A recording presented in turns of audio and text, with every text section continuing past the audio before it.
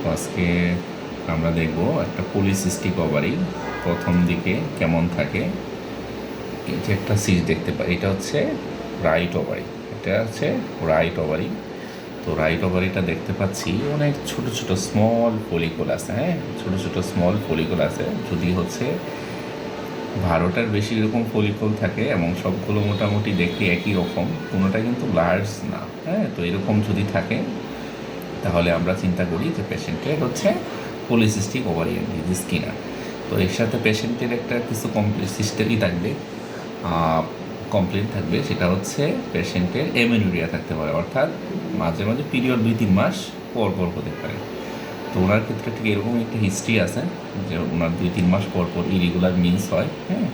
So ওনার দেখতে পাচ্ছি আমরা রাইট ওভারিটিতে অনেকগুলো সিস্ট আছে ছোটো ছোটো। এখন আমরা লেফট ওভারিটা দেখি, এই যে লেফট ওভারিটাও কিন্তু অনেকগুলো সিস্ট দেখতে পাচ্ছি আমরা, এবং ভলিউমটাও একটু বড়, হ্যাঁ। তো এটাকে বলা হয় পলিসিস্টিক ওভারিয়ান ডিজিজ বা পিকোস। তো এটা অনেক সময় হচ্ছে সঠিক সময়ে চিকিৎসা না করলে এটা প্রেগনেন্সি ফেইলিওর হতে পারে। তো চিকিৎসা করলে আবার ভালো হয়ে যায়, হ্যাঁ। তো চিকিৎসা করলে এটা ভালো হয়ে যায়। তো আমরা জুম আউট থেকে বের হয়ে যাব। জুম আউট থেকে বের হয়ে গেলে কেমন দেখা যায়, নর্মালি যেরকম দেখা যাচ্ছে, হ্যাঁ। এটা হচ্ছে রাইট ওভারি, হ্যাঁ। তারপর হচ্ছে আমরা যদি একটু ঘুরাই, এটা হচ্ছে লেফট ওভারি, ঠিক আছে। তো লেফট ওভারি দুইটাই মোটামুটি ভালো বোঝাচ্ছে, প্রস্তাবে কোনো ইনফেকশন নাই।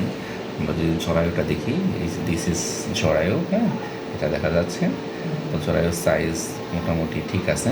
এটা হচ্ছে মাসিকের রাস্তা, ঠিক আছে, এত সুন্দর বোঝা যাচ্ছে, হ্যাঁ। সব কিছু এভরিথিং ইজ নর্মাল, হ্যাঁ।